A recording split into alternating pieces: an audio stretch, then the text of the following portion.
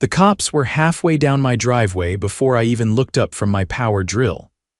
I stood on the edge of my dock well, what's left of it half the planks torn off, the other half stacked behind me. The lake shimmered under the sun, peaceful as ever, until I spotted her blonde bob bouncing behind the officers. Wendy Parkhurst. Of course it was her.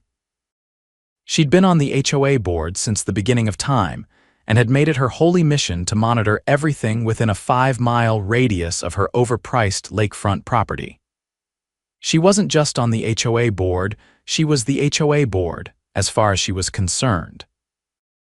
"You can't just build unauthorized structures on community property," she yelled, pushing past the cops even though they were still trying to get a word in.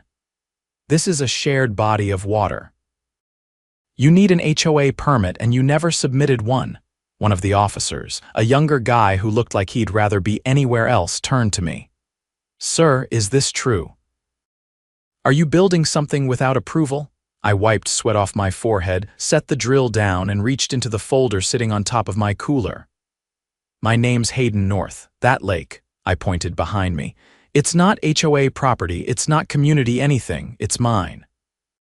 Bought it outright with the land, all of it surveyed and documented. I can show you the deed."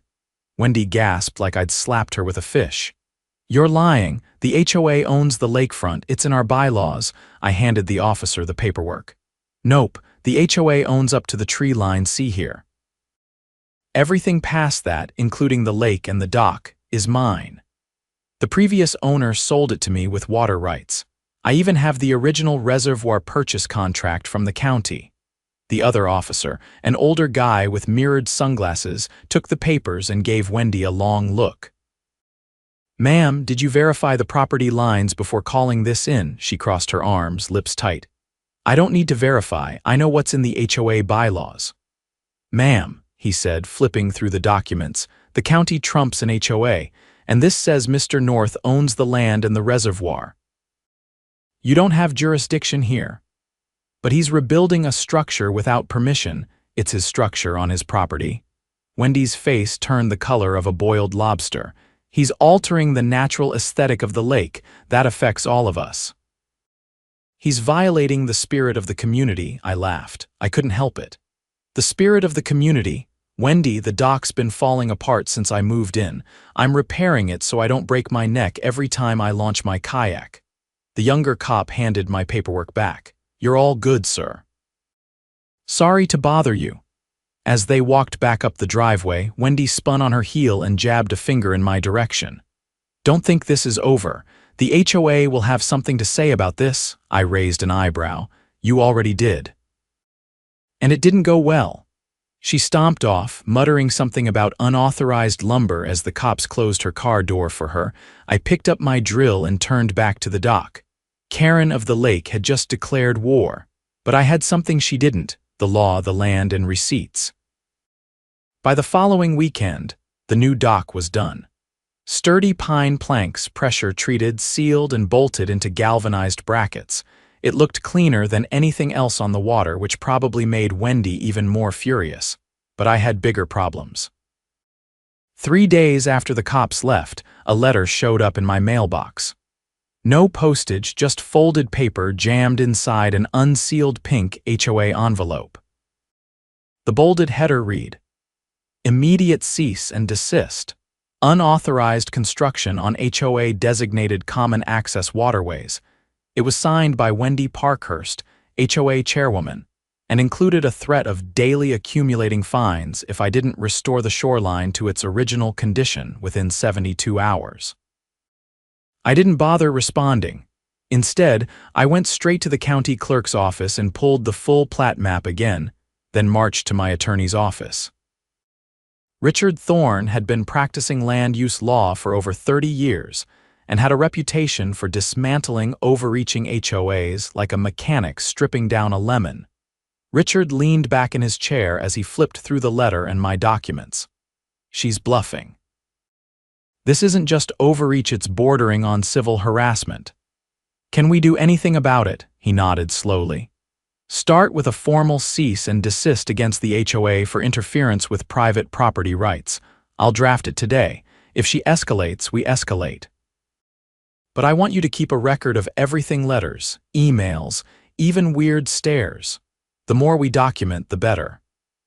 That same night, my motion-activated trail camera picked up two people walking along the edge of the tree line behind my house. They weren't there long, but one of them was holding a clipboard and taking pictures. I didn't need high resolution to know who it was: Wendy's husband, Charles, and one of the HOA's junior board members, Stacy Geller. They lingered near the dock, pointing at the waterline and whispering before retreating back through the woods. I printed the footage and dropped it off at Richard's office the next morning. By the time the HOA's monthly meeting rolled around, things had gotten even weirder. My neighbor across the street, Dan, caught me unloading groceries and came over holding a neon orange flyer. "You see this?" he asked, shoving it into my hands. The top read, "Emergency vote annexation of lake for community oversight. They're holding a vote to seize the lake," I asked. Dan nodded. "Wendy's been going door to door saying you're turning it into a rental marina, that you're going to start charging people to launch kayaks." "That's a lie." "Of course it is. But she's got half the neighborhood convinced you're about to build a bait shop and start blasting country music at sunrise." That night, I installed two more cameras, one on the dock, one pointed at the trail behind my house. I wasn't taking chances. The emergency HOA meeting was held in the community clubhouse, a beige brick rectangle that looked like it hadn't been updated since the Reagan administration. I arrived early, sat in the back, and stayed quiet while Wendy stood at the front with a slideshow labeled "Preserving Our Heritage, Protecting Shared Resources." Her voice carried over the hum of the overhead fan. "We must act now to prevent the privatization of what has always been a shared space. If we do not vote to bring the lake under HOA oversight, we risk commercialization, noise pollution, and damage to the natural ecosystem." A few people clapped. Most just looked confused. She clicked to the next slide. It was a zoomed-in photo of me standing on my dock holding a hammer. "This is what unchecked private ownership looks like." I raised my hand.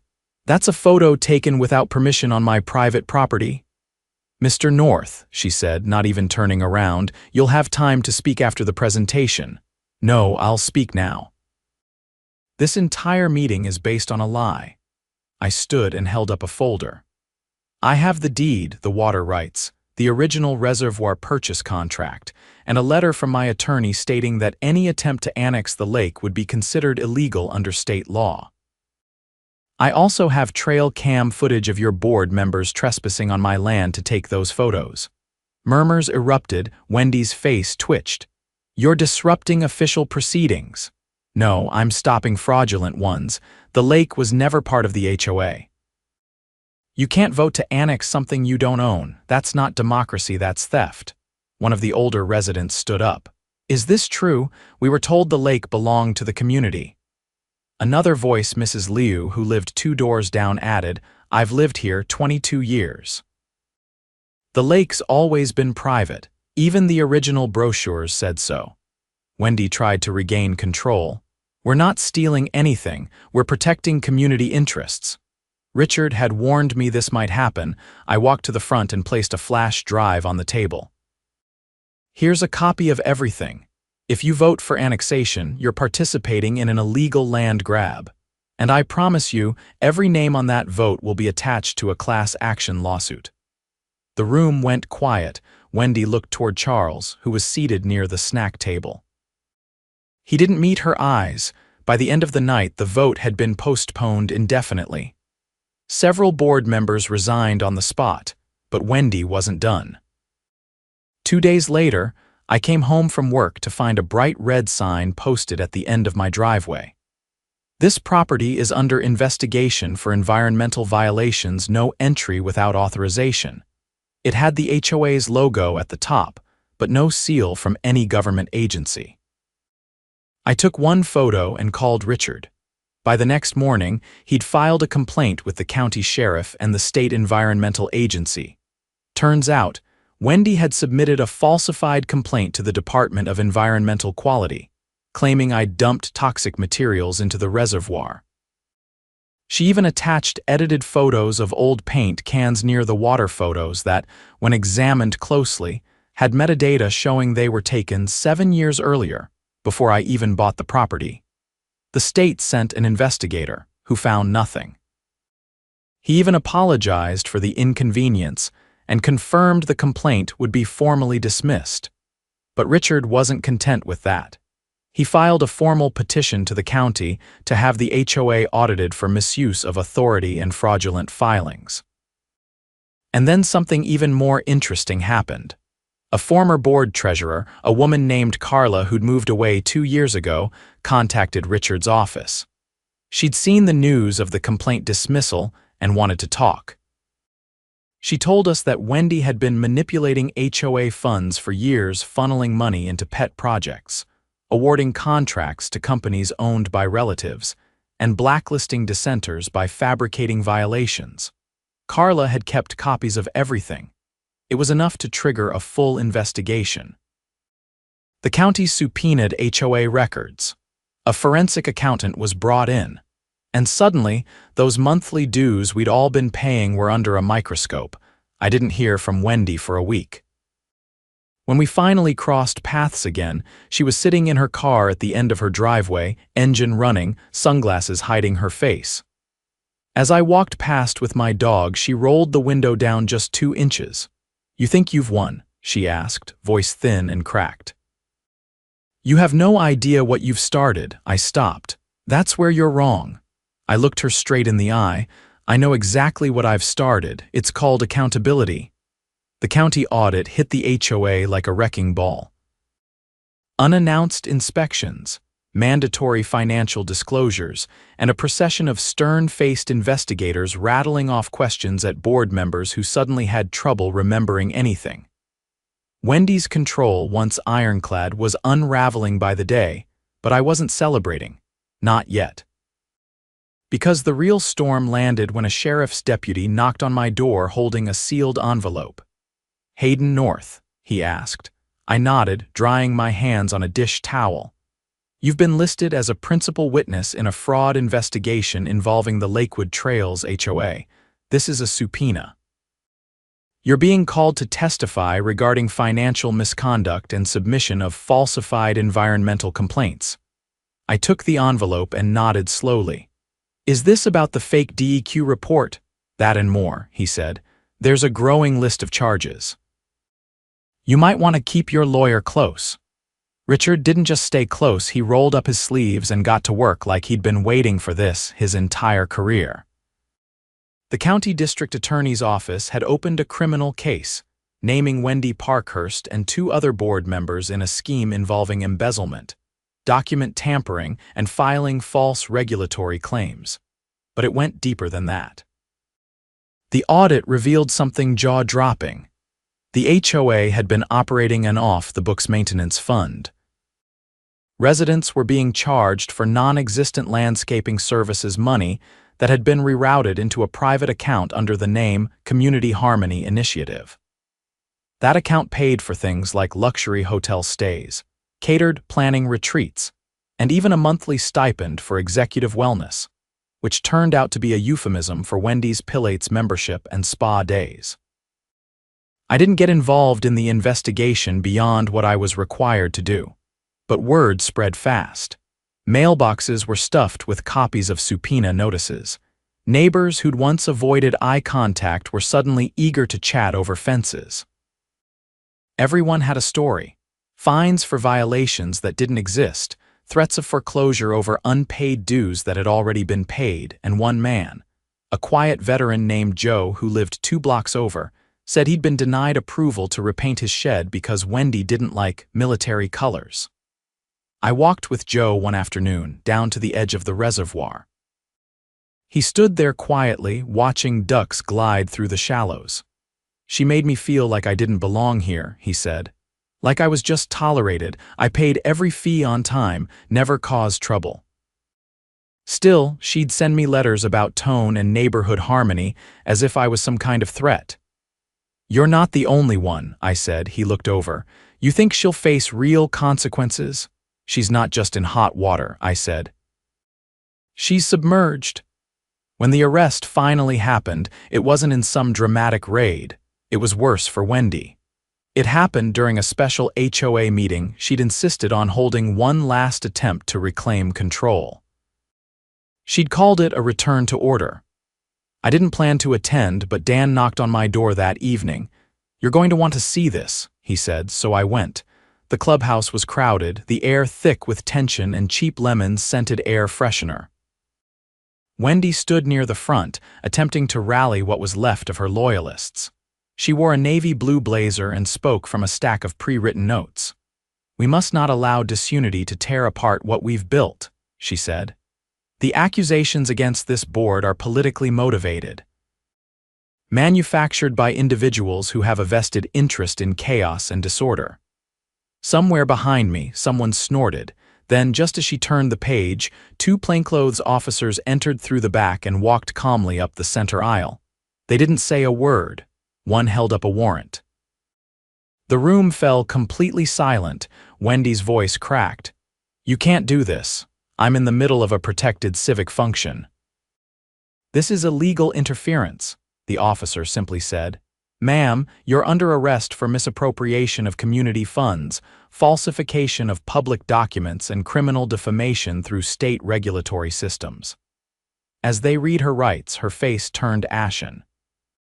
She didn't resist, but she didn't speak either. Charles stood up from the second row, stunned, then slowly backed away as if distancing himself would erase his involvement. I watched her walk past me in handcuffs, her eyes darting from face to face, searching for anyone who still believed in her. There was no one. The meeting ended in stunned whispers. I stepped outside and stood under the clubhouse awning as rain began to fall. The fallout over the next week was even more chaotic. A temporary receiver was appointed by the court to manage HOA affairs. Emergency meetings were held in actual public buildings this time, under the supervision of a county mediator. Residents were finally given access to the books, and the scale of the abuse became undeniable. Over $80,000 had been misappropriated over 4 years. Dozens of violations had been fabricated to pad the HOA's enforcement success metrics. A stat Wendy used to justify increased dues. 3 homeowners had their properties liened over unpaid fees that, according to bank records, had already been cashed by the HOA. The receiver announced that restitution would be pursued through civil court, and the DA's office confirmed Wendy and 2 others were facing felony charges. I stayed out of the spotlight. But people started knocking on my door asking for advice, thanking me, offering to help rebuild the neighborhood's governance. A few even brought over home-cooked meals, like I'd just returned from war. One afternoon, Carla, the former treasurer who had blown the whistle, showed up carrying a stack of binders. "I figured you might want to see what else was buried," she said. I cleared a space on the dining table and opened the first binder. It was labeled Enforcement Reports 2019. Inside were dozens of forms, each listing an anonymous complaint filed against various residents. "These are all made up?" I asked. She nodded. "Most of them. Wendy used them to justify fines." But only certain people ever got those fines. I flipped through the names. They weren't random. They were people who'd voted against her proposals or who hadn't attended meetings at all. Dissenters and non-participants, the ones least likely to fight back. "She built a system to punish people for not obeying," I said quietly. "She built a system to keep herself in power," Carla replied. The next few months were a blur of hearings, resignations, and restructuring. A new board was elected, one that pledged transparency, community input, and third-party audits. I didn't run for a position. But when they asked me to chair the oversight committee, I said yes, and I made sure of one thing. Every meeting was recorded, every decision documented, every complaint verified and traceable. The lake remained mine. No votes, no bylaws, no more trespassing. But I started hosting monthly cleanup events along the shoreline. People I barely knew started showing up bringing gloves, trash bags, even coolers of lemonade. Kids ran along the edge of the dock I'd rebuilt, tossing pebbles and skipping stones. One evening, as the sun dipped low over the water, Joe stood beside me again, hands in his pockets. "Feels like the neighborhood's breathing again," he said. I nodded. "Took a while." "But yeah," he looked out at the reservoir. "You ever think about what would have happened if you hadn't stood your ground that day?" I thought of the police showing up over a dock repair, of forged complaints, secret accounts, and the woman who thought she was untouchable. "Yeah," I said. "All the time." A low rumble of voices echoed through the county courthouse hallway as I stepped off the elevator. The fluorescent lights above buzzed faintly, casting a dull glow over the tiled floor. I adjusted my tie, more out of habit than nerves. This was the last hearing. After months of depositions, document reviews, and court-appointed audits, the judge would issue the final ruling on the HOA's misconduct and restitution. Richard joined me outside courtroom 3, holding a thick binder under one arm and sipping from a paper cup of burnt coffee. He was wearing the same gray suit he always did for serious matters, the one with the slightly frayed cuffs and the faint mustard stain on the inside lapel. "They're trying to delay again," he said without looking up. "Wendy's new attorney just filed a motion for continuance claiming she's mentally unfit to participate in proceedings." I raised an eyebrow. Convenient timing. She was perfectly fit when she signed off on those vendor kickbacks. The judge isn't going to buy it. "We've got statements from 3 former board members, all under oath, confirming she directed every single decision." The courtroom doors opened and the bailiff called us in. I took a deep breath and followed Richard inside. The hearing was brief. The judge, a no-nonsense woman with steel-rimmed glasses and a voice like gravel, dismissed the motion for delay and immediately moved to final statements. The prosecution laid out the complete timeline, from the falsified environmental reports to the siphoned funds disguised as executive expense reimbursements. When it was Richard's turn to speak, he didn't waste time. "Your Honor, this was not a misunderstanding or a bureaucratic error. This was a targeted campaign of control, retaliation, and personal enrichment. My client, Mr. North, was only one of many victims, but his decision to push back exposed a pattern of abuse that would have otherwise continued unchecked. We are requesting full restitution, criminal penalties under state statute, and the permanent dissolution of the current HOA board." The judge listened carefully, then turned to the defense table. Wendy sat hunched beside her attorney, face pale and expressionless. She didn't speak. She hadn't spoken during any of the hearings. The judge's gavel hit the bench once sharp and final. Restitution in the full amount of $86,427 plus interest is ordered, to be paid back to the HOA General Fund. Additionally, all parties found responsible for fraudulent filings and misuse of funds are hereby banned from serving on any homeowners association board within the state. Criminal charges for falsifying regulatory documents are referred to the district attorney's office for prosecution. The HOA will be placed under court-monitored receivership for a period of 24 months, and the current board is dissolved effective immediately. My hands stayed at my sides, steady. I didn't feel triumph. I felt relief. As we exited the courthouse, the parking lot was half full. The air smelled like fresh-cut grass and hot asphalt. Carla was waiting near her car, a manila envelope tucked under one arm. "I'm headed back to Oregon tomorrow," she said, "but I wanted to give you this. It's the last of the files I kept." Vendor agreements, internal memos, even a few emails where Wendy tried to convince a local developer to partner on a lakeside event space project. I blinked. She was planning to build on the lake, not officially. She pitched it as a community engagement initiative, but the proposal included a lease agreement with a shell company registered in her cousin's name. I took the envelope. "You sure you don't want to stay long enough to see her in handcuffs again?" Carla gave a tired smile. "I've seen enough." You made sure the truth came out. That's more than most people manage." We shook hands and she drove off back home. The neighborhood was different. Not in some sweeping, fairy-tale way. Trash still got blown into yards, dogs still barked at mail carriers, but it was quieter. Lighter. People waved more. Kids played outside without their parents worrying about some phony rule about excessive noise. The temporary HOA receiver, a retired judge named Malcolm, began holding monthly town hall meetings at the local library. Actual votes were taken with paper ballots. Financial reports were read aloud and posted online. And for the first time, residents were involved in shaping their own community. I turned down every offer to be on the board. But I did start volunteering to help residents read their property lines and understand their rights. Wendy had left behind a landscape of misinformation, and it would take time to repair it. One evening, I was out on the dock tightening a bracket on the far edge when I heard footsteps behind me. I turned and saw Joe approaching, his hands in the pockets of a windbreaker. "You hear about the charges?" he asked. I nodded. Grand jury handed down the indictment. Fraud, obstruction, and filing false reports. Could be 5 years in state.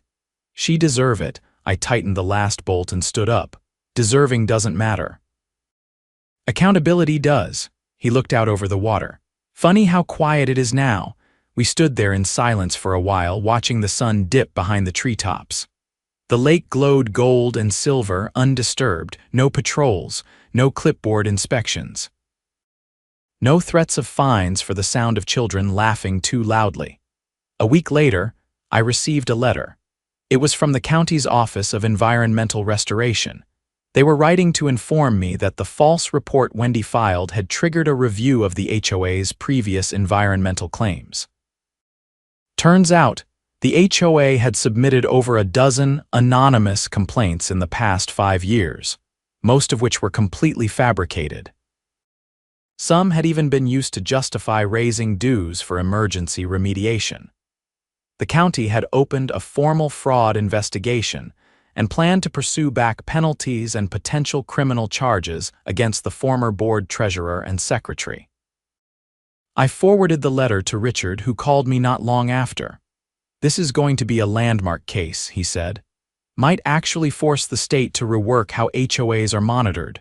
"Good," I said. "Let them make an example out of her." And they did. The trial took place 6 months later.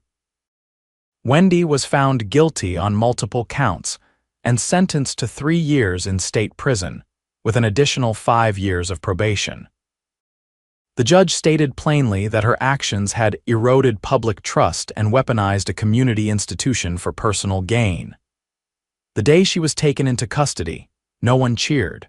There were no celebrations, just a quiet understanding that something toxic had been removed. I didn't attend the sentencing. Instead, I spent the day with a group of neighbors planting native grasses along the shoreline to prevent erosion. Someone brought sandwiches. A kid fell in the mud and laughed so hard he couldn't get up. Later that evening, I sat on the dock with a thermos of coffee and watched the water. A family of otters had moved into the far end near the reeds. They tumbled and splashed, completely unaware of what the land had gone through. The lake was still mine. But now the neighborhood was ours again. And finally, it felt like it was worth being part of.